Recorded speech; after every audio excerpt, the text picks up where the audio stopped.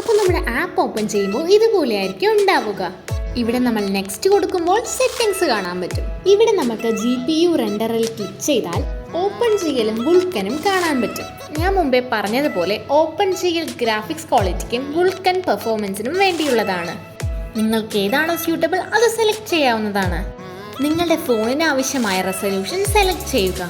പിന്നെ ബാക്കിയുള്ളതൊന്നും അധികം ചെയ്യണമെന്നില്ല, നെക്സ്റ്റ് കൊടുക്കാം. ഇവിടെ നമുക്ക് ഇമ്പോർട്ട് ബയോസ് എന്ന് കാണാൻ പറ്റും. ബയോസ് ഫയൽ സെലക്ട് ചെയ്ത് കൊടുക്കാം. ഇനി നമുക്ക് നെക്സ്റ്റ് കൊടുത്ത് ഗെയിം ഡയറക്ടറി സെലക്ട് ചെയ്യാം.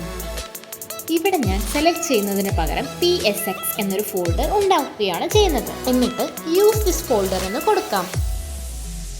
നമ്മൾ എക്സ്ട്രാക്ട് ചെയ്ത ഗെയിം ഫയൽസ് ഈ ഫോൾഡറിലേക്ക് നമ്മൾക്ക് മാറ്റാം. ഇനി നമ്മൾ പുറകിൽ ആ ആപ്പ് തുറക്കുമ്പോൾ ഗെയിമുകൾ അവിടെ ഉണ്ടാവും. കണ്ടില്ലേ, ഇത്രയും ഈസിയാണ്. ഇനി നമ്മൾക്ക് ഗെയിം സ്റ്റാർട്ട് ചെയ്യാം.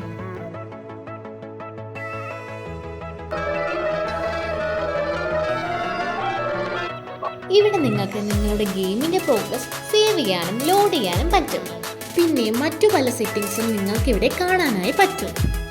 ആദ്യമായി കളിക്കുമ്പോൾ ഈ ഗെയിമിന്റെ കൺട്രോൾസ് എല്ലാം ടഫ് ആയിരിക്കാം. സോ ഒരു കൺട്രോളർ യൂസ് ചെയ്ത് കളിക്കുന്നതായിരിക്കും ഏറ്റവും ബെസ്റ്റ്. അപ്പോൾ ഇത്രയേ ഉള്ളൂ. നെക്സ്റ്റ് വീഡിയോയിൽ കാണാം. Bye bye.